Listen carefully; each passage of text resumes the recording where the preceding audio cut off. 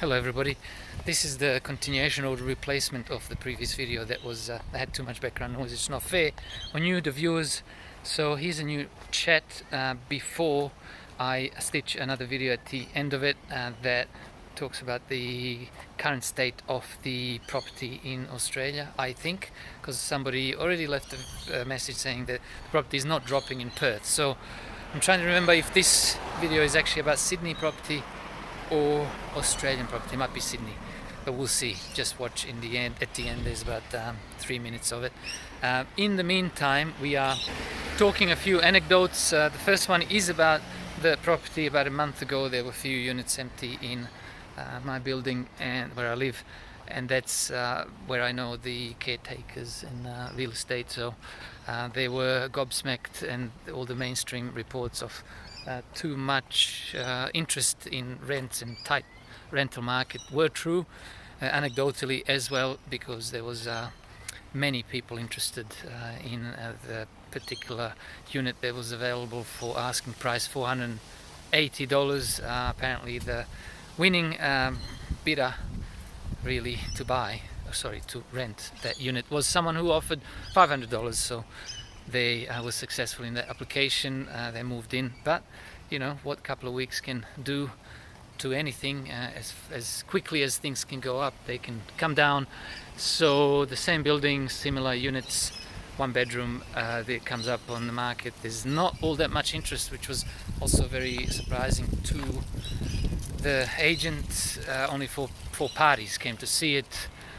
It did get leased out eventually, fair enough, but there just wasn't all that much interest, and all the vendor got was the asking price, which is fair enough, better than less than the asking price, but things can change very quickly in this world. So this madness and tight rental market can turn into something else. I don't know that we still have a huge immigration numbers. We still have to catch up with the lost immigration of the last 3 years, and we know that this whole scheme depends on the people coming in, because we know that the birth rate in Australia has plummeted. We know that the overall or all-cause mortality, I think, has increased by 16%.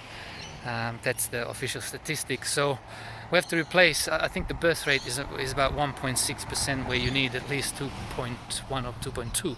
I think it's 2.1 to just keep the population numbers steady. But we again know that the whole premise of the scheme that they're running here is the people scheme. It's the human resource.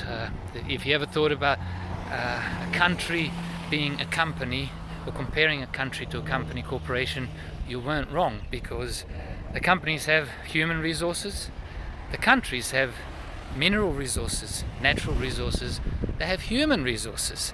So the more productive human resource moves into the country, the better for that country. Having said that, they're charging arm and a leg for the visas here in Australia. My cousin is a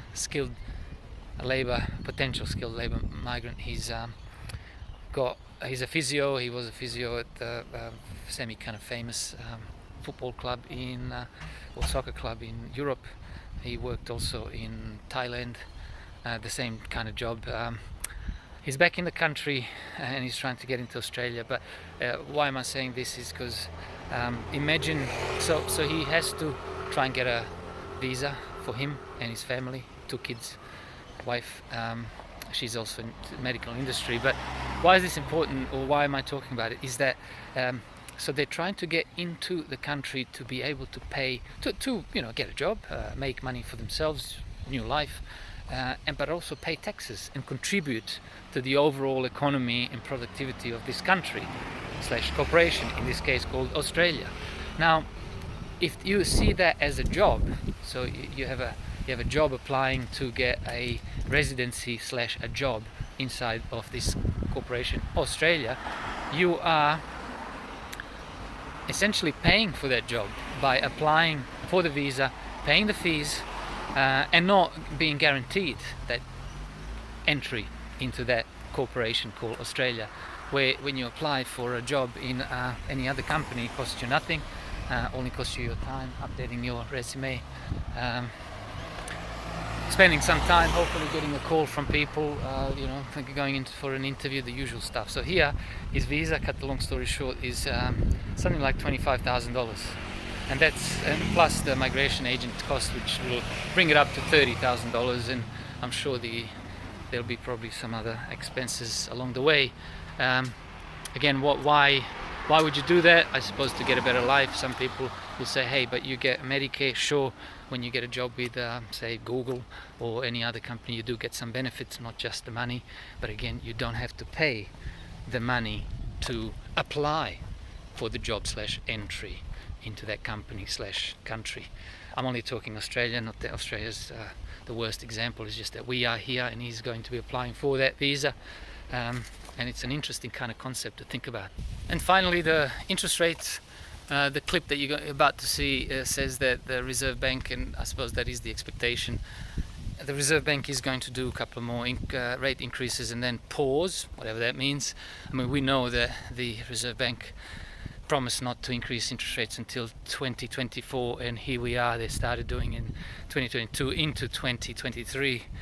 And now supposedly they might actually pause in 2024, which is when they were supposed to actually even just only start increasing them. So you can take everything they say and anything they say with a huge grain of salt.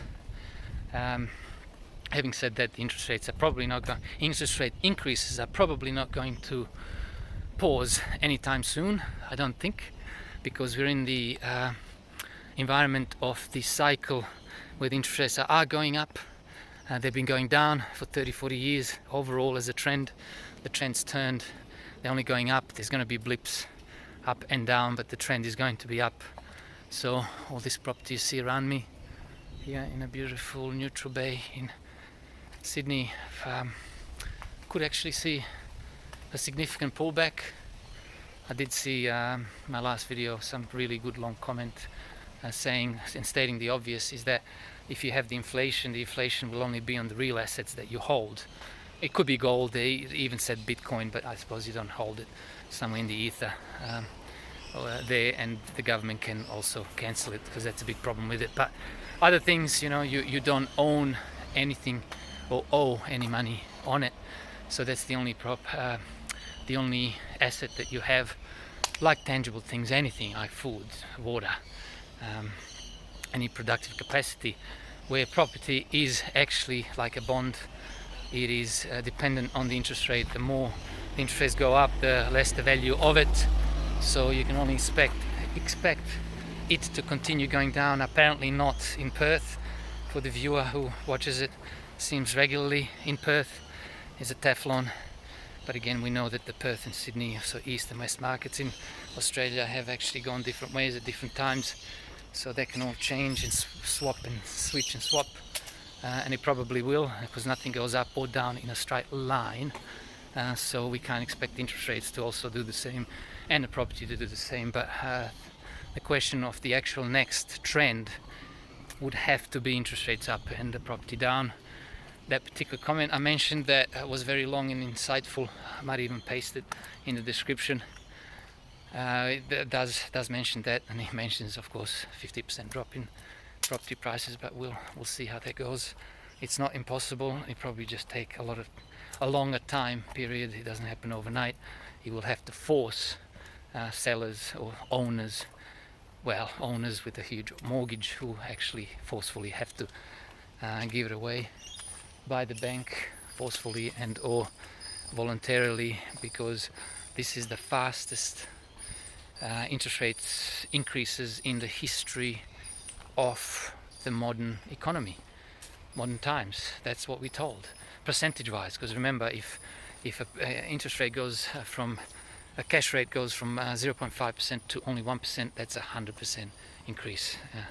Very simple mathematics, which means that you will be paying, I think, 100% more for the interest portion of your, say, mortgage. And then so on and on it goes, which it did, and it is continuing. So the actual rise in interest rates in percentage terms has been staggering.